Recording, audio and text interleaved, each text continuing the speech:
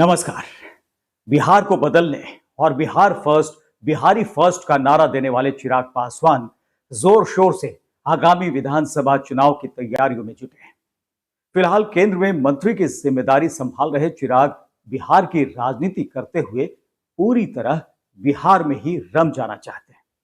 ऐसे में उनके दोस्तों दुश्मनों की भी बात होने लगी है। एक इंटरव्यू में जब चिराग से यह पूछा गया कि बिहार की राजनीति में दोस्त शब्द से उनके जहन में किसका चेहरा सामने आता है, तो अपने जवाब से उन्होंने सबको हैरान कर दिया।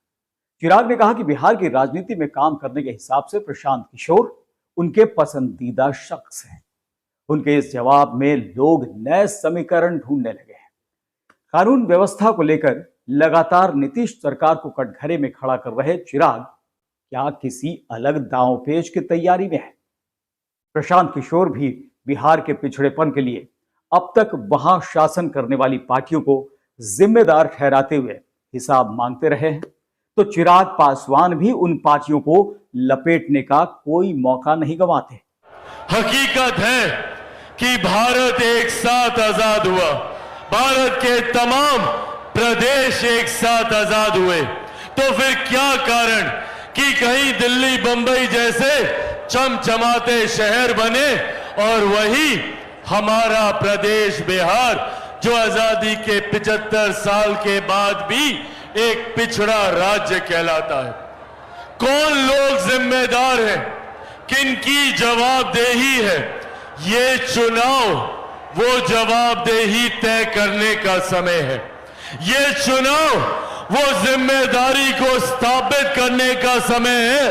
और उन लोगों को, जिन लोगों ने बिहार को आजादी के 75 सालों के बाद भी बिहार को पिछड़ा बनाए रखा, उन लोगों को जवाबदेह करने का समय है। तो चिराग और पीके का विरोधियों पर अटैक करने का स्टाइल एक जैसा ही है और यही बात दोनों को स्वाभाविक तौर पर एक दूसरे का दोस्त बनाती है।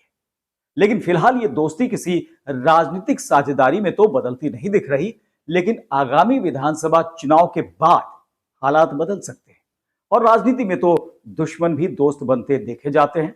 तो फिर दोस्त साझेदार हो जाए तो इसमें हैरानी नहीं होनी चाहिए। वैसे चिराग पीके के मुरीद शायद 2014 के लोकसभा चुनाव के समय से ही हैं, जब पीके ने मोदी के चुनाव अभियान की रूपरेखा तैयार की थी, खासकर डिजिटल और सोशल मीडिया प्लेटफॉर्म्स पर। उसी समय चिराग पासवान ने अपने पिता रामविलास पासवान को एनडीए अलायंस के साथ जुड़ने के लिए राजी किया था, जो उनका मास्टर स्ट्रोक माना जाता है।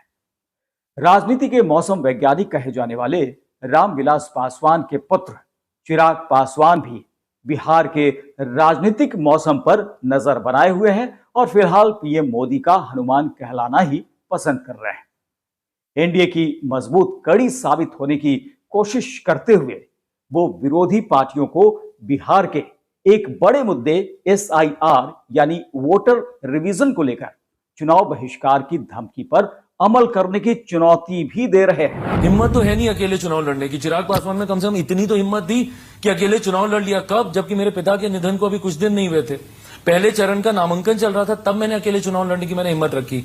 आप इतनी पुरानी पार्टी हैं, बिहार की राष्ट्रीय जनता दल, 15 साल तक आप सत्ता में रहे, हिम्मत है अकेले चुनाव लड़ लीजिए।